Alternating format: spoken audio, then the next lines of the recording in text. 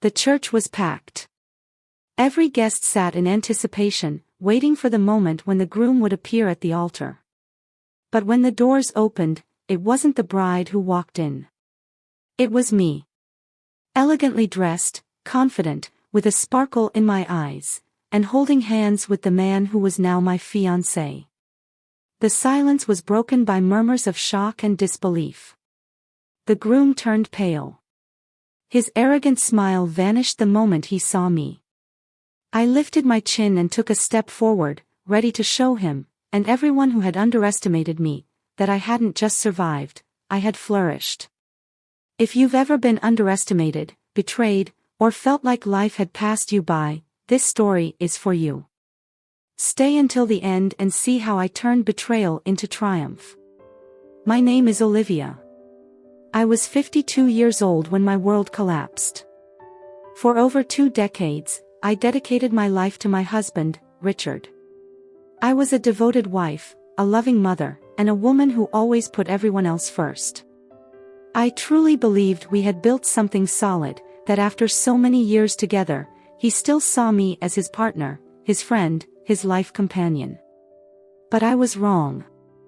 That morning started like any other. The scent of fresh coffee filled the kitchen as I set the table for breakfast. Richard walked in without looking me in the eyes, grabbed the cup I had prepared for him, and took a sip, muttering a lifeless, "Thanks." I had noticed his growing distance over the past few months, but I convinced myself it was work stress, financial worries, or just the natural wear of marriage. After he left for work, I went into the office to sort out some bills. I opened Richard's laptop to check a pending payment, but before I could access the documents, an email caught my eye. Subject: reservation confirmation, romantic weekend getaway. My fingers went cold. I hadn't planned any trip. But maybe he was surprising me. Hope and dread fought inside me as I clicked on the message. And then I saw it. The reservation was for a luxurious beachside resort. 2 names were listed on the confirmation. His, and Julia Parker. A woman I had never heard of. My hands trembled as my eyes scanned the details. Couples massages. Private dinner. A luxury suite. I could hear my own heartbeat pounding in my ears, my stomach twisting into a tight knot. Maybe it was a mistake. Maybe it was a business trip. But deep down, I already knew the truth. That night, when Richard came home, I didn't wait long. I set the table for dinner like I always did. Placed his food on the plate. But my unwavering, cold gaze was enough to make him realize something was wrong. "What's wrong?" he asked, picking up his fork without looking at me. "Who is Julia Parker?" My voice was steady, direct. He froze. The fork hovered mid-air for a second. And then, something I never expected happened. He laughed. He laughed. "So, you found out, huh?" He dropped the utensils on the table and leaned back in his chair. "Well, at least now we can be honest with each other." My blood ran cold. "You're cheating on me." My voice was barely a whisper now. He sighed, almost impatiently. "Olivia, come on. You're past the age for this kind of thing. I need someone younger. Someone more vibrant. Love isn't for old women like you." The world spun around me. My palms were sweaty.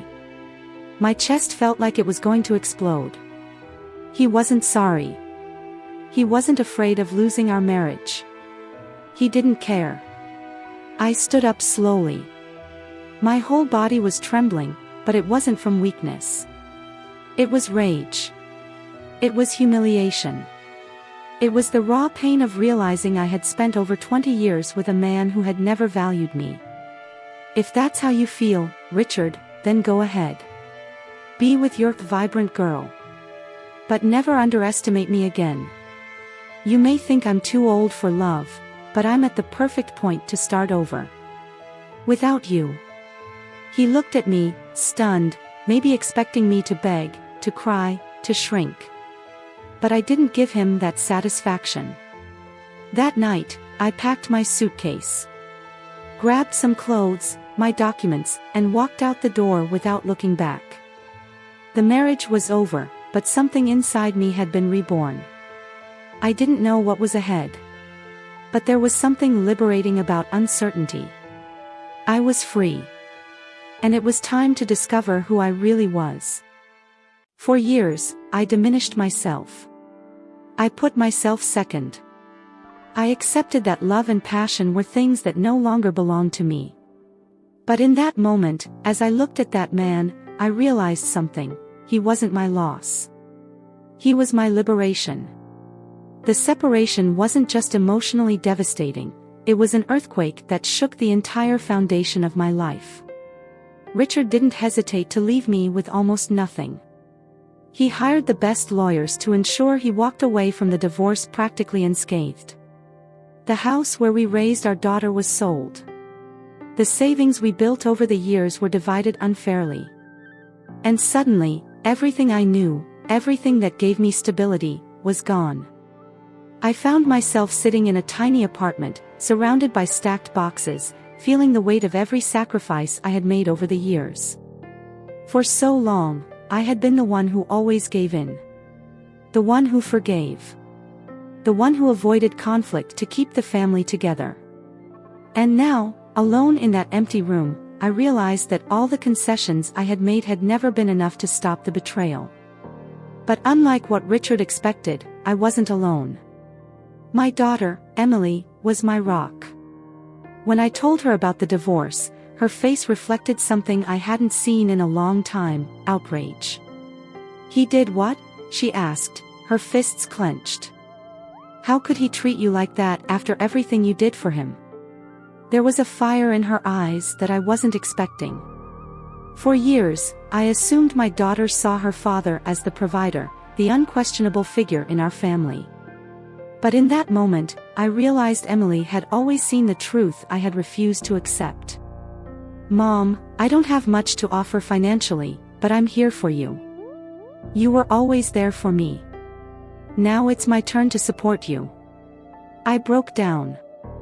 Not out of weakness, but because I finally understood that there was still genuine love and loyalty in my life. Emily couldn't pay my bills, she couldn't give back what Richard had taken from me, but she gave me something even more valuable: the certainty that I was not alone.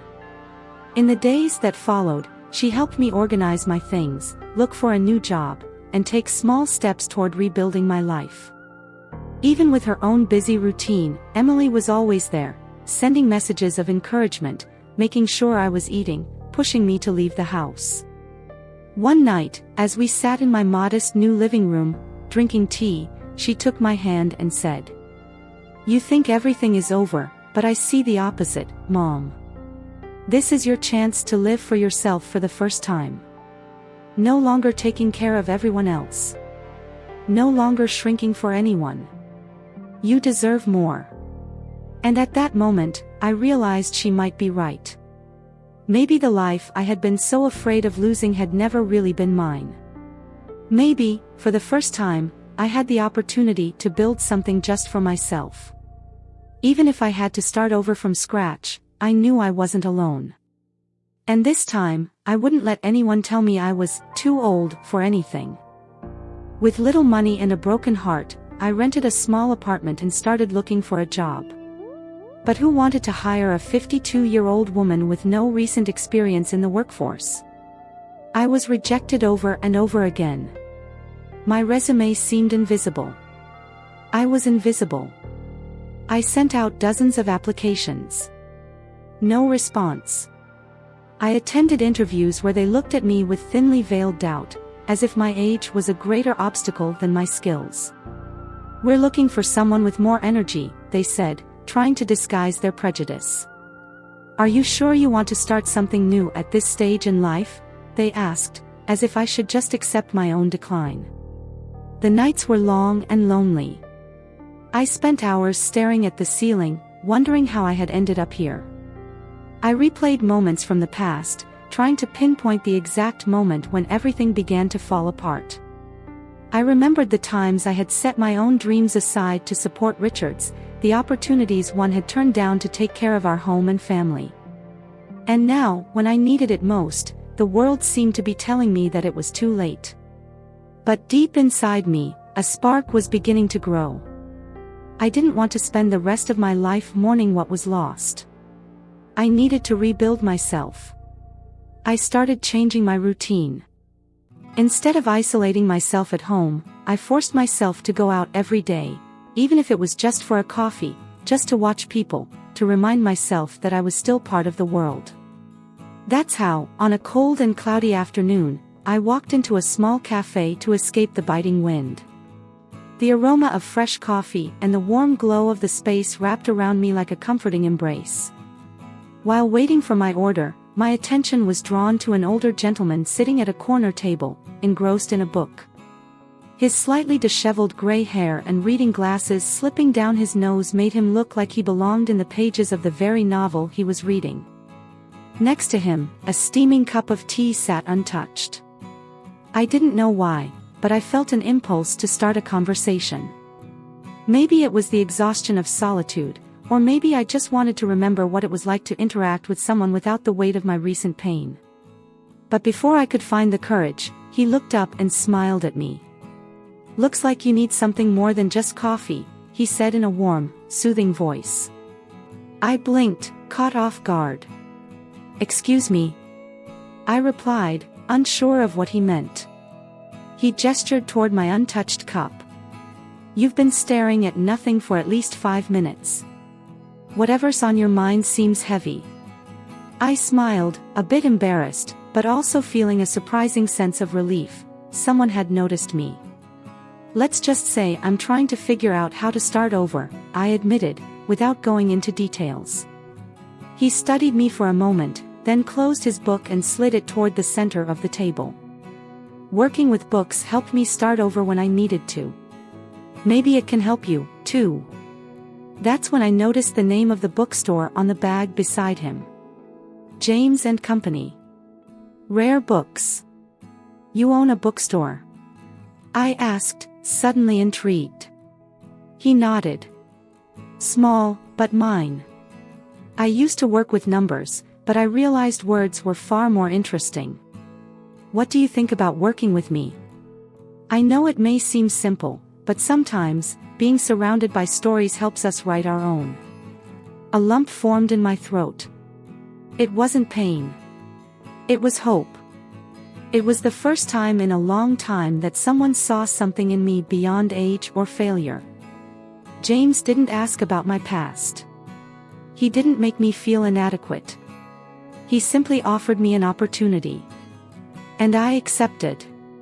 Because right there, between shelves of books and forgotten stories, my transformation began. At first, it was difficult. I still felt the weight of the past pulling me back. The failed marriage, the rejection from the job market, the uncertainty of the future, it was as if everything I had built had been swept away in an instant. But little by little, I rediscovered something within myself, a woman with dreams, desires, and strength. Working at the bookstore gave me a new purpose, even if, at first, it was just a refuge from the outside world. Every book I touched reminded me that stories could be rewritten, that no one was trapped in an unhappy ending. But restarting wasn't a straight path. I still had days when I woke up wondering if I was on the right track. The emotional scars of years of submission still lingered. Some nights, loneliness crept in, and I questioned if I would ever feel whole again. James and I spent hours talking after closing. He told me about his own journey through loss and new beginnings, and for the first time in a long while, I felt truly understood. He had lost his wife to a sudden illness years ago, and amid his grief, he found solace in books. "The bookstore was my anchor," he told me one evening as we closed the register. "When I lost my wife, I thought my life was over. But I learned that love and hope are in every page we turn. We just have to have the courage to keep reading." His words resonated deeply within me.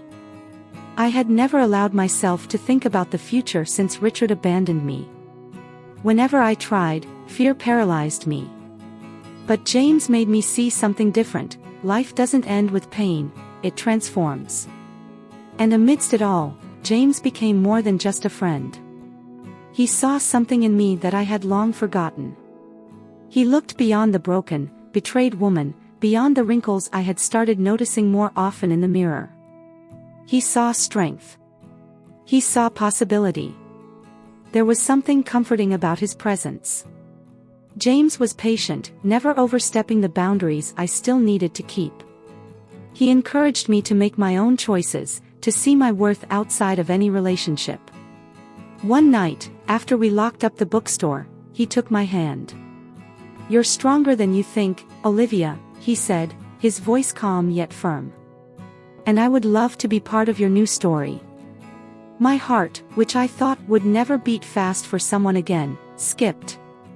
I instinctively pulled my hand away, not out of fear, but because something inside me was still stuck in the past. It felt as though Richard's voice was still echoing in my mind. "You're past the age for these things." But I knew it was a lie. James didn't push. He simply smiled and said, "You don't have to answer now. But remember, your story is still being written. And you are the only author of it." That night, as I lay in bed in my small apartment, I thought about how I had spent so many years living for others, never stopping to ask myself what I truly wanted. What did I want? I wanted peace. I wanted to feel joy again. I wanted to reclaim the parts of myself that had been lost over the years. For the first time, a new question echoed inside me: what if I gave myself the chance to be happy again? But there was still a ghost from the past to confront. I needed to be sure that I wasn't running into another story where I would lose myself again. And for that, I had to face Richard one last time. Not because I needed validation, but because I needed to close that door completely. And this time, it would be on my terms. The news came unexpectedly. An old mutual friend called me, hesitant but clearly excited about what she was about to share. "Olivia, you won't believe this. Richard is getting married, to a woman 20 years younger." There was a pause on the other end of the line, waiting for my reaction. I didn't know what to say. My stomach twisted, and for a moment, I felt that familiar insecurity creeping back in. But something inside me refused to let it take hold. I took a deep breath and, to my own surprise, I smiled. "I hope he's happy," I replied simply. And for the first time, I realized it was true. I no longer felt pain. I no longer felt anger. Richard was no longer part of my present, and his future was none of my concern. James noticed something different about me that night at the bookstore. "You have a different look in your eyes," he remarked while organizing the books. I laughed. "Richard is getting married. To a much younger woman. And you know what? I don't care." James studied me for a moment, then smiled. "That means you're finally free." And he was right. Little by little, I realized that my heart already belonged somewhere else. To another life. And more than that, I wanted to fully embrace this new chapter. That's when James and I made our decision. We would get married. Not out of revenge. Not to prove anything to anyone. But because, finally, I allowed myself to be happy. In the months leading up to our wedding, I felt a peace I hadn't known in years. Our relationship wasn't based on unrealistic expectations but on daily companionship, mutual admiration, and respect. James showed me that love isn't about needing someone else to feel whole. It's about wanting to share the happiness that already exists within you. And so, on Richard's wedding day, we did something unexpected. I didn't go there out of resentment or bitterness. I went because I wanted to look into the eyes of the man who once destroyed me, and show him that I had been reborn. When I walked into the church, hand in hand with James, the reaction was immediate. Murmurs. Whispers. Stunned glances. I was radiant. Wearing an elegant dress, a serene smile on my face, and next to me stood a man who truly loved and respected me. Richard saw me, and his expression shifted. His face turned pale. His eyes darted between me and James, then to his bride, who now frowned in confusion. I walked up to him. Calm. Confident. And when I stood next to him, I smiled. You were right, Richard. I was too old to live in your shadow. But it's never too late to start over. Richard's bride looked at him, puzzled, while he stood frozen, speechless. The man who once treated me as if I were disposable now looked at me as if he were seeing something unattainable. But I no longer needed his validation. James squeezed my hand, and without another word, we turned and walked out together. The silence behind us was deafening. In that moment, I knew I didn't need anything else. I was free. And most importantly, I was happy. Months had passed since that day at the church. My life had taken an entirely new direction. The bookstore had become not just a refuge for me, but for many who sought comfort in the stories that filled its shelves. James and I were building something solid, something real. And most of all, I was happy. For the first time, I truly understood that my happiness should never depend on anyone else's validation but my own. Then, one ordinary afternoon, as I was organizing a new shipment of books in the store, I heard the door chime ring. I didn't pay much attention at first, but when I turned around, my body stiffened. It was Richard. He looked different. Tired. The arrogant gleam in his eyes was gone, replaced by a hollow, defeated expression. His suit was wrinkled, and for a fleeting moment, I almost felt pity. Almost. He walked toward the counter hesitantly, stopping just a few steps away from me. Olivia. His voice was low, almost a whisper. I made a mistake. I crossed my arms and raised an eyebrow. Oh, did you? My voice was calm, but laced with irony. What kind of mistake, Richard? Choosing a younger, more vibrant woman. Leaving me because I was too old for love. He ran a hand over his face, sighing. I don't know what I was thinking. I thought. He hesitated, then shook his head. The truth is, she left me. Turns out, for her, I also got too old. And now, I see that you were always the right woman for me. I was hoping maybe we could. I almost laughed. Life truly has a way of telling the best stories. Richard, once so full of himself, now stood before me with nothing but regret. But that wasn't my problem anymore. I took a deep breath, walked over to a bookshelf, and pulled out a book. I placed it delicately on the counter in front of him. Read this, I said, a smirk forming on my lips. It's called The Choices We Make. Maybe you'll learn something. He picked up the book, looking at me with a mix of regret and frustration. Olivia, please. But I had already turned away. I walked to the door, opened it, and made a simple gesture. Good luck, Richard. Now, if you'll excuse me, I have a life to live. His silence was the best response. I watched him walk out, feeling, for the first time, a true sense of relief. There was no more anger. No more pain. Just the certainty that I had won. Not because James was by my side. Not because I had rebuilt my career. But because I was free. And that was the greatest victory of all. Today, I'm married to James. I found not just a partner, but a true love, one that respects me, values me, and makes me feel alive every single day. Our life together isn't a fairy tale, it's real, built on mutual respect, companionship, and shared laughter. We have good days and tough days, but now I know that true love doesn't require one person to sacrifice everything, it requires balance. My daughter, Emily, is still by my side, proud of the woman I've become. She saw my struggles, my pain, but she also witnessed my strength to start over. The bookstore, which started as a refuge, has grown into a vibrant and thriving space. I turned that small business into a place where people come to find stories that inspire them, just as I was once inspired. When I look back, I see the woman I used to be, and I feel grateful. Not for the suffering I endured, but for the courage I found within myself to refuse to be defined by it.